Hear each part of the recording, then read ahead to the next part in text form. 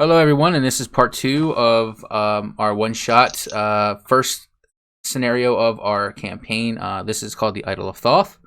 Part two.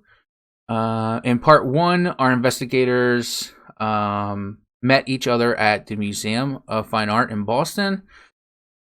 We have Catherine St. Clair, who is an actress, Jacob Orlean, who is a professor, or was a professor, and saw some stuff, and now he's a little bit mad. Evie Parks, who is a librarian, Johnny O'Shea, who is a bounty hunter, and Amelia Winters, who is a private investigator. They all met each other at the museum, and upon entry of the museum, found it in a little bit of chaos. They looked like their newest exhibit, which was going to be exhibited tonight, had gotten pilfered and robbed. And now everybody's in a frenzy, and the curator of the museum has hired them to find the missing idol of Thoth. We left off. Catherine and Amelia are going to. Where are you guys going?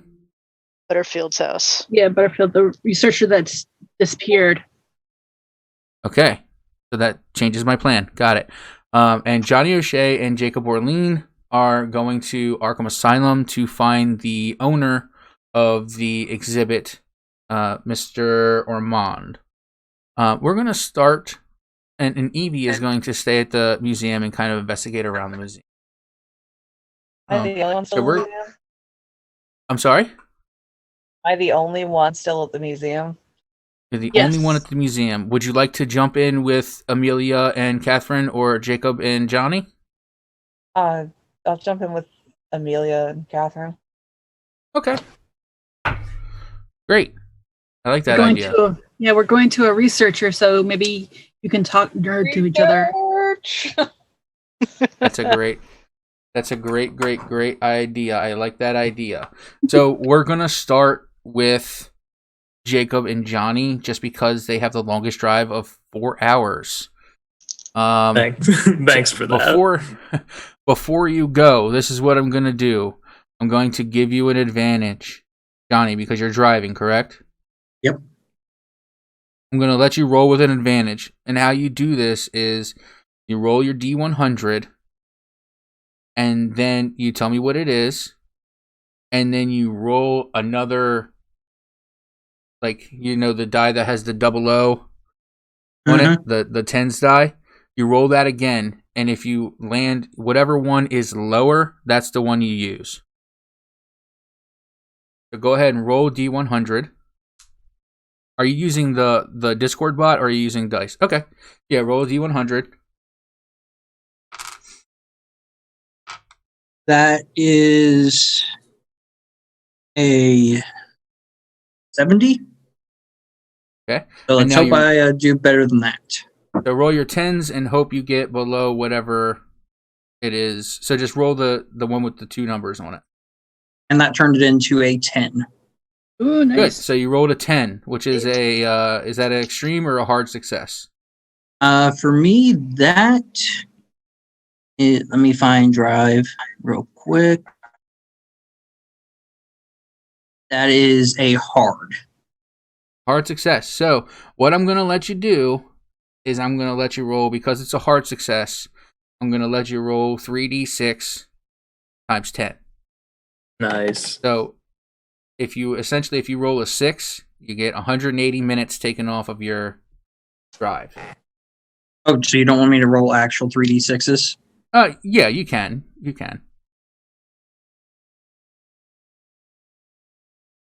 That is a 6, a 2, and a 2. All right, so you got a total of 8. 10. Or a total of 10, yeah. Yeah, okay, Apparently so you got 100 math. minutes. That's all right. You got 100 minutes taken off. Jacob, if you want to attempt a drive, I will give you, or a ride, I guess, because you're riding in it. I know that kind of breaks the rules, but I want to give you guys a little bit of, since this is a timed thing, and I want to see you succeed. All right, let me try some expert navigation. Yeah, I was going to say, try navigation. Nope. Got a 94 and needed a Ooh. 20. That's okay. You literally don't. You're new to Boston. You haven't been back in a while since your Harvard days. It's been a couple years. And okay, Johnny's so probably driving like a straight up maniac and scaring the piss out of you. Yeah. So take 100 minutes off of your drive. We'll call it 2.5 hours. We'll call it 2.5 hours. Okay. So we're gonna leave you to drive there, and I'm gonna shoot back over to Catherine and Amelia and Evie, and you all are on your way to Mr. Butterfield or Butterworth. Butterfield is what I You said Butterfield, yep. Yeah. Okay. The only reason I say that is because they call them both Butterfield and Butterworth in this module. So Either way, he sounds like yeah, if it sounds like something, if it sounds like popcorn, that's who I'm talking about. Mr. Butterfingers. Or Mr. Butterball. Butterfinger sounds delicious. So have we established how long it's going to take you to get to Mr. You 60 said minutes. Rickerbacker's house? Yeah, 60 minutes. 60 minutes. Okay. Who's driving, by the way? My driver. Your driver. So how about you roll a navigation roll to see if you get any time off of that. Okay. The look of fear. I got a 4. I was under a 10, so I got it. And that's a hard So success. that's a hard Nice. success. So Yes. Nice. go. Oh my goodness. Go ahead and roll a I love these d6. dice. Go ahead and roll. Actually, roll 3d10, and that'll be how many minutes are taken off of your drive. Okay.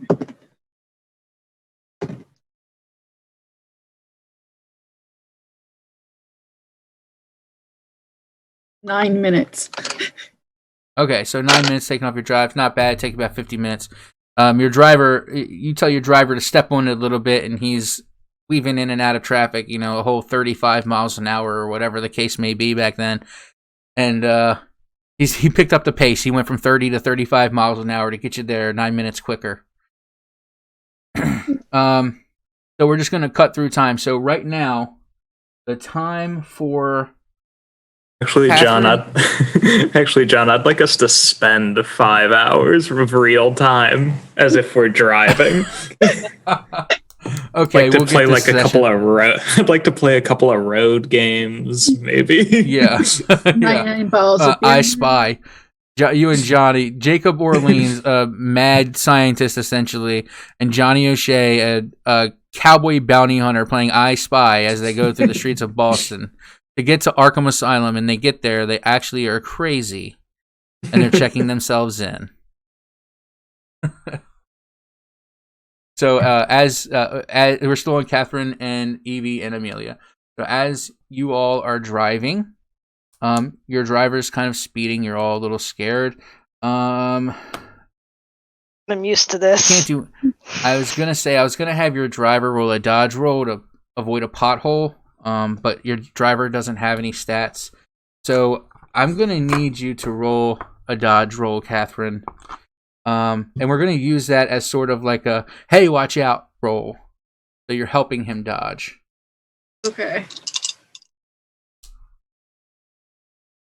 Oh, that's all. No. You get I got a 96, and my dodge Okay. is 25. Oh, It's not a really bad failure to where like your tire would pop and you'd be off on the side of the road, but you do gain back a minute. So Okay. he hit it and it kind of like shook the car a bit, but you're back on track.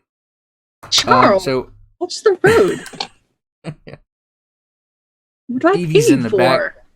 Evie's in the back just kind of trying to figure out, what in the hell exactly is going on. And Amelia's like, yeah, just another day in the office, I guess. So at this time, let me grab a piece of scratch paper. Oh, Amelia would be used to riding with Johnny. Yeah. When you left, it was, we'll say 10:30. So it is now 11:30 and you are at Butterworth's house. So I'm gonna put K, E, and A are there. 11:30, and we'll kind of do a little bit with you, and then we're going to jump to Johnny and Jacob. You might be sitting on the sidelines for a little bit, but feel free to kind of comment or whatever. You don't have to just sit there in silence. So, when you get to Butterfield's house, it's just a slob of a place. It is. When they said he was slovenly, they weren't lying. Are there random bottles thrown everywhere?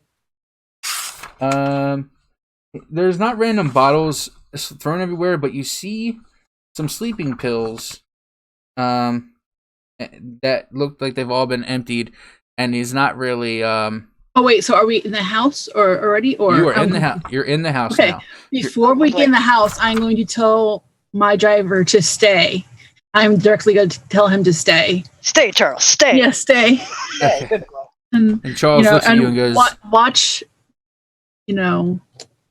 keep an eye out for any ill sort, I suppose, that might follow us. you want him to just kind of honk if there's any issue. Yes. Okay, no problem. Do what I pay you, man. But so we're going up to, what, do we just go up to the house, and do we just I'm assuming we knock first. We don't barge in this house. Solved him. Yeah, sure, go ahead. Go ahead and knock on the house. So yeah, I'm going to knock first and call out for Mr. Butterfield. Mr. Butterfield, are you home? No answer. I look to Amelia and ask, I suppose you have some way around this? I see it all in the movies I've been in, but I've never experienced it for myself. Here, let me try the door. So try knocking and yelling his name a little bit louder. Mr. Butterfield! You knock and you yell. There is no answer. Would you like to try the doorknob? Yes, that's what I was about to do after doing that. You successfully open the door. It wasn't locked. Nope, was not locked. Oh, But just locked. swings open. Yeah. When she knocks a little harder, what she does, she kind of that creepy old horror movie where she knocks and the door just yeah, it slowly works its way open. That is a little disconcerting, don't you think? A bit. So I think I'll take lead of you two if you don't mind. That way if something goes south. I'm going to touch my handbag and fish around for it, but just hold, put my hand inside my handbag and just hold it. Okay, we're gonna call that as you're armed and primed for. You pulling it out of the bag is not an action. You're armed already, even though it is in the bag. We'll call that. Okay. Okay. Typically, if you say that you're armed before battle, and you gain 50 on your initiative, so you would gain extra 50 points because you're already prepared for battle. But as soon as if you take that first step and then you say you want to shoot, you do not get those 50 points. Gotcha. Yeah. Yeah. No, she's like, I'm protecting myself. Getting locked and ready. Yeah. Well, you're the most recognizable person in the group. So right. If they're going to go after anybody, they might go after you, right? Right. All right. So as you open the door, you see it's pretty cluttered, and there are some what you see, Catherine. You know that they're sleeping pills because you have taken them before for the long days and nights. Prescribed, of course. And you see a small table. It's there's a bunch of papers. It's cluttered, disorganized, notes all over the place. But you also see pens, ink, wax, and 2 reference books, as well as moldering cups and half-eaten food. Oh, so this is the thing we weren't supposed to know earlier. Gotcha. But no sign of our Yeah. Mr. Butters man or whatever. Yeah, once I started reading that in the first part, I realized, why would there just be a table full of notes and half-eaten food in the middle of the museum? So yeah, that's the thing that you notice most in the house. Now, is this a big house, a small house? Like, how many rooms are we able to? It's not too large. It really honestly doesn't say, but it's a pretty modest house. It's a 2-bedroom, 1-bathroom, 1 floor. It's almost like an apartment.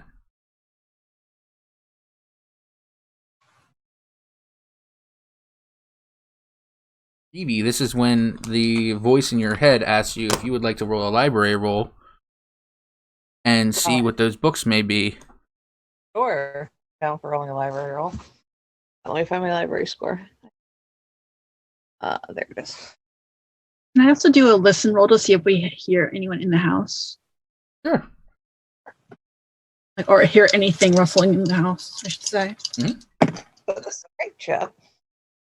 I failed. I don't hear shit. I'm gonna try one You too, don't. if that's all right. Yep, go ahead. Wow, I failed my library roll. Evie, how 80. could you? 75. I can also try a library roll too. I have that skill too. Your book's Yes, beneath please, go my ahead. notice. All right. Well, for listening, I rolled a 5. My listen's a 10, so pass. You don't hear anything. Okay, and library. Let's see where you are. Try library too. Long shot, but yeah. I don't go to the library that often. What? Did anyone roll a successful library roll? 27. I just did. Okay. Finally, Amelia. I'm trying. Fail.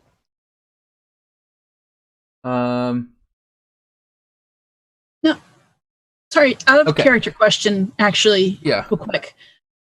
What's pushing your luck? So pushing your luck is if you roll, say you were to roll that library roll and you were like 2 or 3 points off, you could spend a couple luck. Or even, if it's like life or death and, you have a feeling that something is around and you roll a spot hidden and you roll a 80, you roll a 80 and you need a 50, and if you have the 30 luck, you can spend the luck. It's hard to get luck back. Mm-hmm. Um, So how is But- luck different than pushing a roll? Pushing a roll is different. If you push a roll and you fail a push roll, something bad is going to happen. Okay. So it's Gotcha. almost like when you fail a push roll, it's almost like rolling a 100. Okay, so but pushing the roll is like, is it a roll again or? Yep. Okay, Yep. Gotcha. Yep. And also in Call of Cthulhu, 98, 99, and 100 are critical failures. Right. Okay. Just want everyone to clarify. So your successful library use grants you 30 minutes to figure out what it is you're looking at. While that 30 minutes is going, is there anything that you guys would like to look for, or do you want to just fast forward 30 minutes? I would like to look for Mr. Butterfield in the house. All right. Look for a maid. Roll a spot hidden. Look for a maid. I I think he's very much beyond a maid at this point. That's a fail. raise it to the Okay. ground. It'll be fine. You don't see I don't any obvious sign. You don't see any obvious sign of Butterfield. But you do. You saw his car when you were there. You don't see any obvious sign. So So I'm sorry, we take saw that a back. car. You We saw saw, a car. You don't know if it's his car. Someone And did which- roll a. Someone did roll a good listen roll, right? I did. Okay, you hear some pots and pans move, and what you can only think is the kitchen area, and like faint whistling. Something coming from the kitchen. I'll go check it out while you're looking over these books, I suppose. Just be careful. And as you get closer to the kitchen, you hear the whistling grow louder and louder and louder. And when you get in there, you see an older woman, gray hair. She's wearing what I would say would be a typical maid's outfit. She has an apron on, and she's just whistling and cleaning pots and pans. You can see that she's either preparing for some kind of dinner or something. And she actually hears you now that you're closer. She hears your foot creak on the wooden floor. She turns around and says, "Who are you?" I apologize. I was looking for Mr. Butterfield. I was led to believe he'd be here. We tried knocking on the door, but didn't get any response, and it just opened. We didn't think anyone was here. Roll a charm roll. Come on. One thing I'm good at, come on. Roll a charm roll for breaking and entering. Say that. No. Technically, the door was open, so Did you fail? I failed, yeah. She holds a knife up and looks at you and says, "Get out now! Get out now!" She charges you, and she's going to attack. I'm going to bring out the can of mace I was clutching and spray it at her. Okay, give me 1 second to roll for her. I'm going to just give her like middle of the road everything. So her brawl is going to be a 50. And she misses you. Would you like to attack back? I'm going to do the mace because I don't want to hurt this woman. So I'm going to do the mace. So do I just roll? I'm guessing I just roll. Yeah. Okay. Roll brawl. Okay. I miss her with the mace. Okay. You both are looking at each other in a stalemate. And she says, "Get out now." And as she missed you, she kind of went past the entrance to the kitchen. And she looks around the I would corner and notice she this. sees Evie and Amelia. And she says, "Who the hell are you two?" And she starts charging at Evie. God. Evie, easy, Sam. I'm going to roll to strike you. I miss. Would you like to attack back? Sure. Sort of Okay. a reflex. Are you? I'm going to say. We'll say that you had brass knuckles, right? I did, yes. Okay. We'll say that you had your brass knuckles pretty readily available. Cool. Go ahead and roll your brawl. I'm sorry. What'd you roll? I rolled 3 on my 25, so. Oh no, I couldn't 3. understand you. 3? Yeah. Okay, so on the event of a critical success, you get just immediate full amount of damage. So what is the damage for brass knuckles? Hang on, let me. 1d3 plus 1 plus damage bonus. Okay, so what's your damage bonus? Hang on, I get back to it. Why is my computer not working? My damage bonus is 1d4. So you hit her with 8 points of damage, and she is knocked out cold. You just knocked an old lady out unconscious, and she is just like I need the what? you just punch her. You punch her, and she just immediately falls face first. Doesn't block anything. Limp leg, everything. Looks like something out of the UFC. Face first on the ground. Blood starts rushing out of her nose, and you see her head move to the side, and because her face hit face first, her nose is obviously broken. I'm gonna kind of cover my mouth and be like, I didn't mean to do that. She's got the Yeah. unconscious snore going on and everything. You had no choice, darling. She attacked us.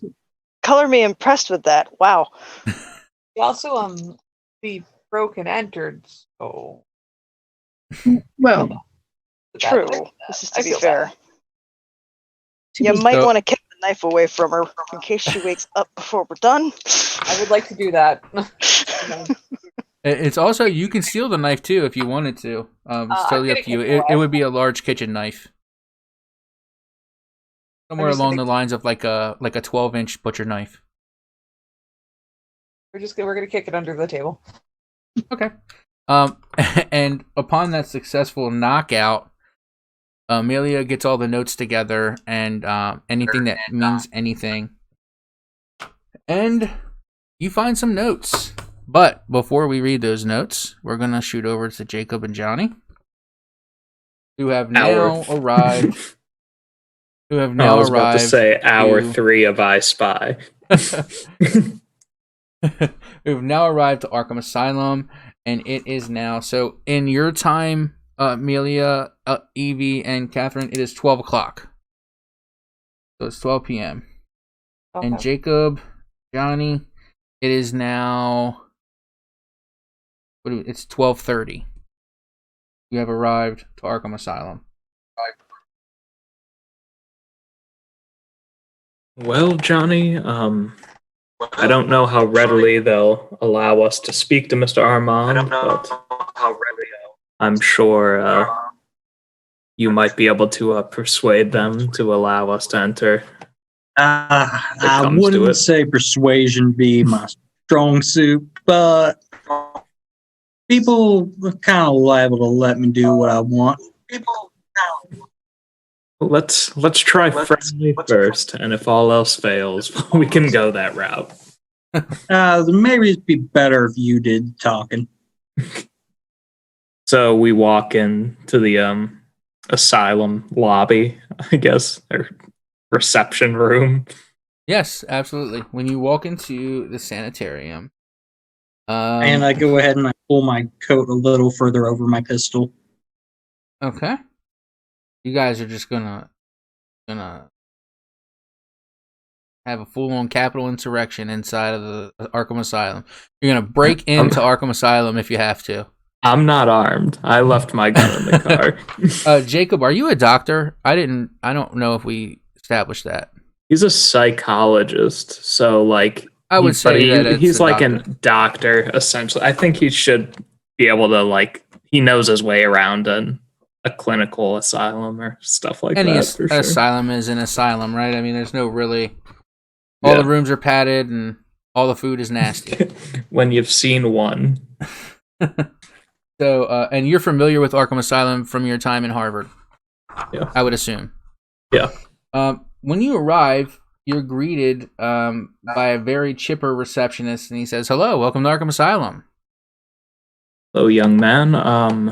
My name is Dr. Orleans. This is my associate, Mr. O'Shea. We're here on museum business to conduct an interview with Mr. Arthur Armand. Oh, Arthur Armand. I'm not sure if he's allowed to see anyone. Let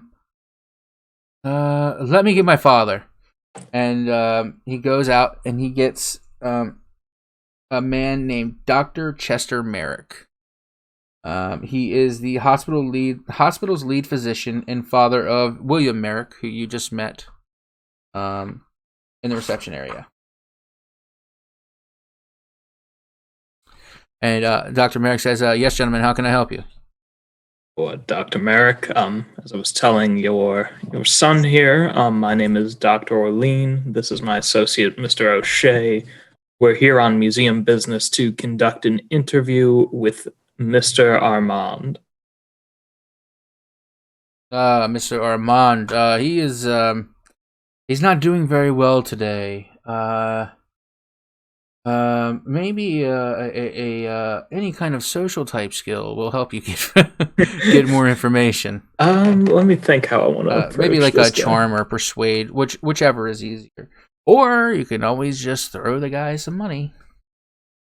Or we also have option 3, which we're trying to save for last. The last resort of intimidation.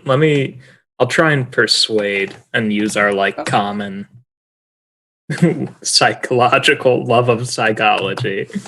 Absolutely. I'm just Wow. going to say now that Johnny is reaching his hand into his pocket. I rolled a 96 on that one, so that's definitely not happening. Okay. How about I will let you push the roll, but with a psychology roll. Okay. Push the roll with psychology. Okay.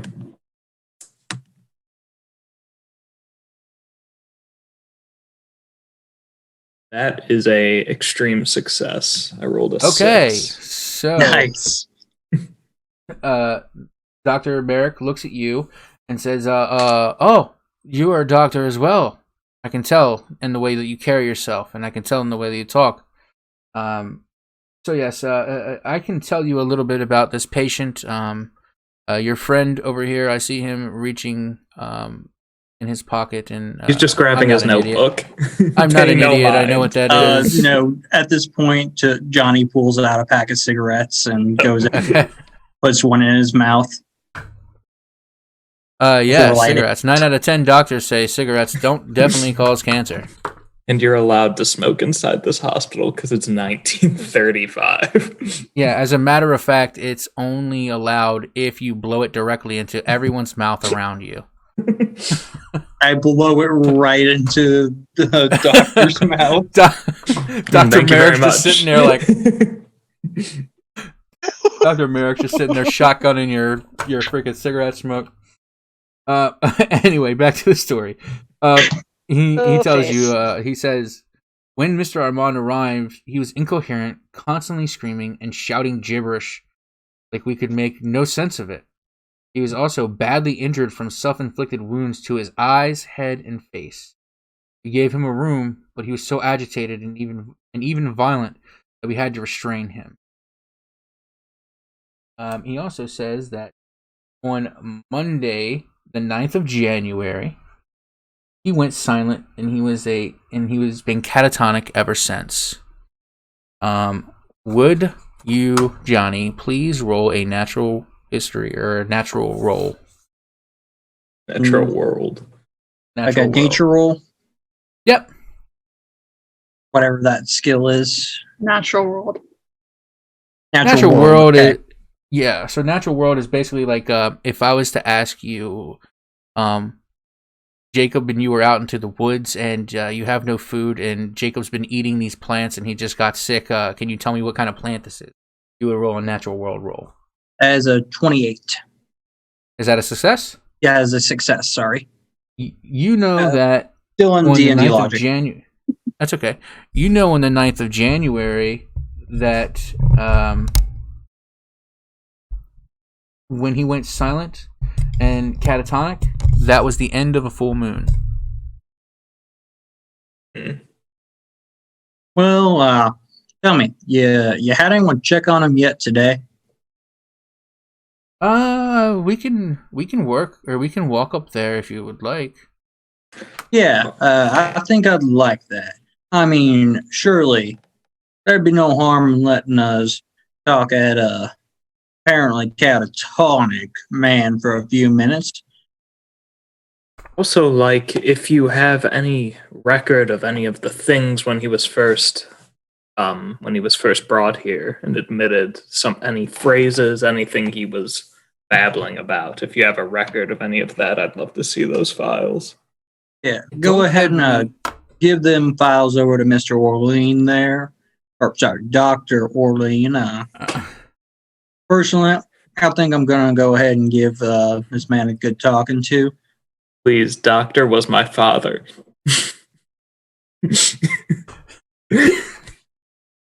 God I damn figure we're in a professional setting. I should probably use your professional title. Mr. Orlean was my daddy. Okay. There was nothing in his possession at the time. We did notice that he kept saying, "It's in me, get it out." He also said that the moon was looking at him like an eye, and it wants it back. That's all he kept saying.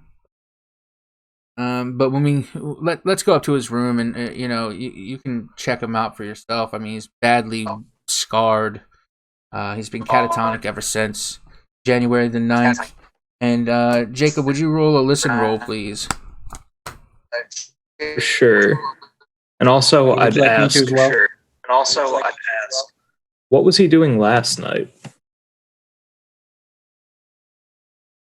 What was who doing? The doctor? Yeah. No. What was Arthur, Mr. Armand, doing last night? What was Arthur Mr. Armand was doing last night? ripping his face apart and clawing at his eyes. We got him yesterday. Yesterday. Yes, because today is the 10th of January. And Correct? Or I am failed wrong? my listen roll. Okay. Did you don't want me to notice make a any- listen roll as well? I'm sorry. I said yesterday. I meant a month ago. Okay. A month ago. That's what he I got We there. were in February anyway. Yes, my Yeah. bad. I thought it was January. Yeah, you can roll a listen roll. I failed mine. And the so go ahead, Johnny. The doctor's just kind of talking to you, and he's talking all this medical mumbo jumbo that tourniquets and That's a fail. okay. And Johnny's just kind of listening, like just nodding his head, trying to agree, like as if he's making it seem like he understands what's going on, but Johnny deep inside his mind, he really knows that he's there as the muscle if he has to be. As you approach Mr. Armand's cell, I guess you would call it, or room, you hear loud screaming and orderlies running to the room, and you just see men, like 4 or 5 men, rush towards the same exact room that you're going to, and the doctor looks at you nervously and is like, yes, we're gonna have to stay back for a second. And you hear this screaming, and it says, "It's in me! It's in me! It's in me! Please cut it out! Cut it out!" And You remind me of the you both, doctor's name again? Merrick. I'm gonna need you both to roll a sanity roll. Oh shit! I don't want it.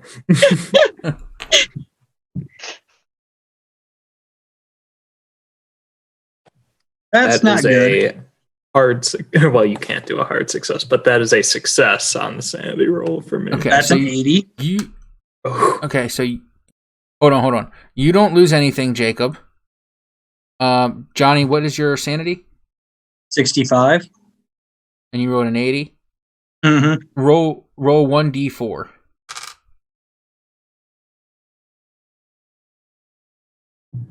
Luckily, that's a 1. Okay, so you lose 1 sanity. You're used to hearing people scream, blood-curdling, horrifying screams, just based off of your background. You did a lot of hunting when you were a child, and not all shots are kill shots. And you know what it sounds like for say a rabbit dying, that loud, high-pitched squeal. That is I know the it's same just kind what a of wounded animal sounds like. Yes, that is the same kind of loud, high-pitched squeal that is coming out of Mr. Armand, and except you can understand what he's saying. After a couple minutes, the orderlies get him restrained, and you see a man who is in a straitjacket, scratches, scars all over his face. He's torn off one eyelid. And one eye is blinded, and the eye that's blinded is also missing an eyelid. And one eye, you can see the scratches on the cornea. It's very red. There's obviously blood in his eye. His face is now bleeding again because he was scratching himself. But he's there, Yeah. and he's kind of just mouthing something to himself. You can say no to this, John, but would I be able to maybe administer to him like some form of like sedative using my like background knowledge that would maybe make him at least calm enough to speak to? If you can roll a hard stealth roll, because the doctor is also there with you, Okay. then yeah, I can let you do that. All right. Let me give it a try.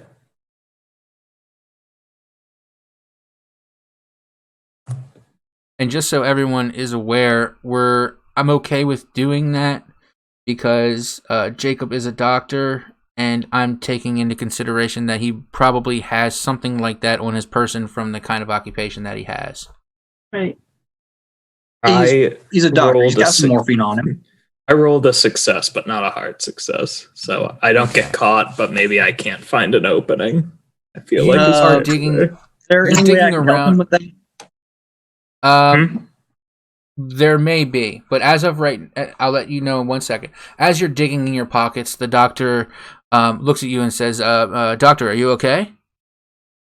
Yes, fine. Just looking for my pen and notebook. Okay. Johnny, if you would like to, I see where you're going with this. So if you would like to roll a charm roll, and maybe if you're asking him to kind of come over to the side for a second, so you can ask him something personally, or maybe you can't hear very well from the screaming and you want to get an answer from him. If you roll a charm roll and it succeeds, I will say that Dr. Merrick will walk to the side with you, and then Jacob, you can try that again at a normal success. That's a fail. Oof. Okay. So Charm is not Johnny's specialty. Would have worked if it had been an intimidate. That does not work. But he is mostly coherent. He's not screaming that loud anymore. And you can ask him questions if you like. Johnny's gonna go ahead and walk into this room where he's eye level with Arthur. He's gonna pull his hat off and go, "Arthur, my name is Johnny O'Shea, and I'm gonna do you a favor. I'm gonna cut out what you want me to cut out. You're gonna have to tell me what it is you need me to cut out." Okay. Arthur Rahman looks at you and with a crazy, very happy face, and he says, "The moon. It is looking at me like an eye. It wants it back." Now, can you go ahead and tell me what it is? I gotta know what I'm looking for before I go cutting. It's looking at me like an eye. It wants it back. Can I make either a psychology or psychoanalysis roll in regards to maybe what he's saying, to seeing if I'm getting just any indication? Is he looking at something when he says it? Is he is there any part of his body that's maybe moving unbeknown to him? Just any form of psychological thing I can gather maybe from observation. Yes, and I will. If you succeed, you'll have. Yeah, go ahead. All right, psychoanalysis or psychology? Actually, why don't you roll an intelligence roll? Because you are also thinking of what he's saying, and you're kind of rattling your brain trying to figure out what it is from a crazy man. So roll an intelligence roll. That is a extreme success. I rolled a 4. Okay. You remember that when Arthur Ormond is saying, "It's in me, it's in me, it's in me, please cut it out. The moon is looking at me like an eye, it wants it back." You remember some of the words that Evie told you were on the were on the cartouche. It said Thoth, gift, gods, moon, theft, and curse. And you also remember that the myth behind the sarcophagus was, and I'll read it again for you. Depends on the full moon. Yeah. Legend over 3,000 years ago, although its true origins are unknown, legend has it that it was part of a very essence of Khonshu, the god of the moon, which was stolen from Thoth. However, some say that it's actually a gift from the pharaoh and the blackest night to its highest priest.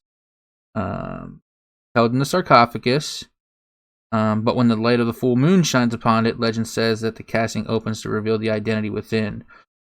All who see it are driven mad and forced to do its bidding. So realizing that, I follow Johnny's lead and get down to eye level with Mr. Armand. And I said, "You looked inside. And do I get any indication that anything triggers when I say that?" He looks at you and just says, "Please cut it out." Except he doesn't sound like Arnold Schwarzenegger. He says, "Please cut it out. The moon. It wants it back." So basically, what you're getting is the ravings of a crazy person who's not going to give you the answer it is that you're looking for. But Johnny, you want to cut him? I'll let you make a brawl.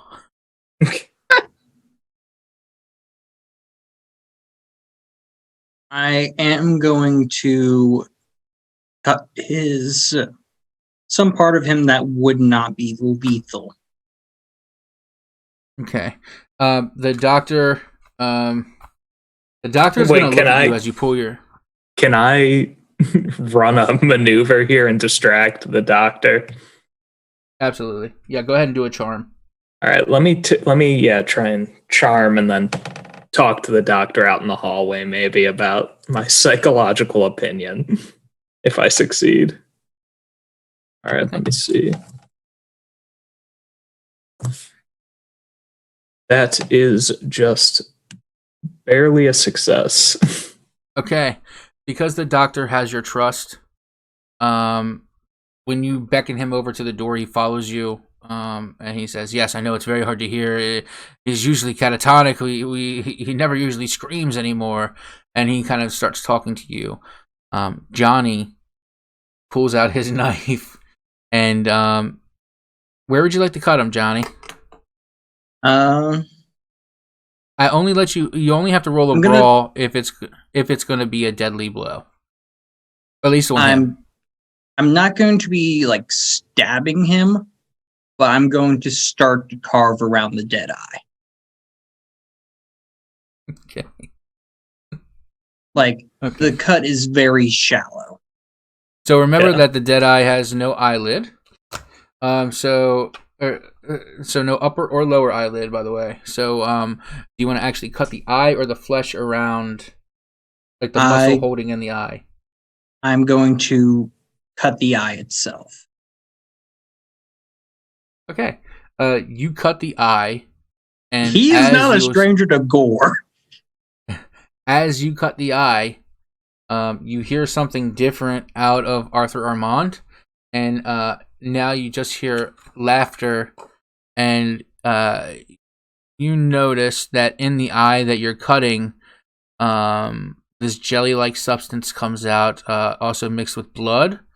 And so there are tears. There's a tear of blood on one side, and he's crying, just a regular tear on the other eye. He doesn't seem to mind it. And this time he really just says, "Take it back. It wants it back. It wants it back." Again, I need you to tell me what it is that it needs back, or else I'm going to keep cutting in the wrong places. He kind of laughs, and he looks at you and he says, "Cut it out." So I knock on the door just as a warning, because I'm assuming I wasn't able to distract the doctor that long. I'm not 100%, but I'd imagine he wouldn't just leave. When Arthur Armand starts laughing, it does kind of like cause him to take notice of that it's something different, but he doesn't necessarily turn around to him. He's basically just talking doctor to doctor to you right now. All right. Well, I'm not aware of how long I can hold the conversation, so I start. As disturbing as this is going to sound, I pop the eye out. Roll a luck roll for me, please. Again, never said this person was nice. And like I said, no stranger to gore. He played I Spy that's a for success. 3 hours. How could you do this? Okay. You hold the it's almost like an empty sack of eyeball now because the jelly has rolled out, and you caught it perfectly so it didn't fall out of your hand. But now there's a lot of blood coming out of the cavity, and he laughs himself to death, essentially. He dies. And Jacob, if you can roll me another... If you can roll a successful luck roll, Johnny will be able to get out because you're luckily enough to grab him out of the office, or out of the room, the doctor out of the room completely, for Johnny to get out and for you all to kind of just start walking away. And so Johnny would essentially come out and be like, okay, we got all we need here, and you guys can go. Okay. Let me... Jesus. Okay. Again, barely a success. Okay. You are very lucky, and you and the doctor are out of the room now. Johnny sees you both leave. Wait 1 sec. Never mind. Barely a success. I was right. Okay. Yeah, so you both leave, and Johnny's smart enough to know when he's not welcome anymore, and he walks out, and he kind of grabs you and says like something like, "Hey, Doc, no, let's roll. We got everything we need. We're good to go." And since you rolled a good luck roll, the doctor walks with you guys, and you walk back to the opening of the asylum to go outside. It's gonna be a real awkward 3-hour car ride back with this debrief. Yeah. Can I say I maybe did something along the lines of make it seem like he broke part of his straitjacket, where he could have done that to himself? If you want to tell that lie to Jacob, you certainly can. No, I'm just trying to see, like, so it can't be traced. He's trying to cover himself, like, because I just murdered a dude. Well, no one really knows exactly who you are. So they know who my buddy is, though. Yeah. They do. Yeah, before you guys leave, if you roll a successful luck roll, I will make it to where you thought ahead and you cut a little bit of the jacket to where a hand could have easily gotten through. So go ahead and roll a luck roll. And that is a success. Okay, so you had the foresight to, after he died, to cut one of the buckles, and you know, you kind of made the ends look frayed, so that way it looked like it actually ripped instead of was cut. And so that way, you know, if anybody has anything to say, it's easy for you to prove that he broke out and was about to attack you. It doesn't explain why he's missing an eyeball, but you know, he tears at his own face. Yeah, he tears at his own face, so who would have known? He was bound to do it anyway, you know what I mean? So you guys make it back to the car. Why don't you roll a drive roll? Because now you know your way too, it should be easier for you to get back. I roll another ride roll as well to see if I give expert navigation. Yeah. That is a hard success with a 21. All right. So roll. That is not a success on my navigate roll. Too shaken up to navigate. Yeah. Johnny, go ahead and roll 2d6. And that is a 4. So it's going to take you only 40 minutes this time. I don't know how you do it, but you found some kind of shortcut. Going And a you're gonna whole get 40 back- miles per hour. Yeah. Oh, please, it's a 32 Ford. We're doing a whole 60. It's got to be 8. All right, and we're gonna cut back to Evie, Catherine, and Amelia. But before we do that, we're gonna go ahead and take another break. That will take us into part 3. Thank you all for listening to part 2. When we come back, we will find out what are on the notes in Clarence Butterworth's or Butterfield, whatever his name is, Popcorn Man. What are on the notes in his house, and exactly what the hell is going on here. We're getting closer. So thanks for listening to part 2. Clarence. Yeah. Yeah. Thanks for listening to part 2, and I hope you join us in part 3.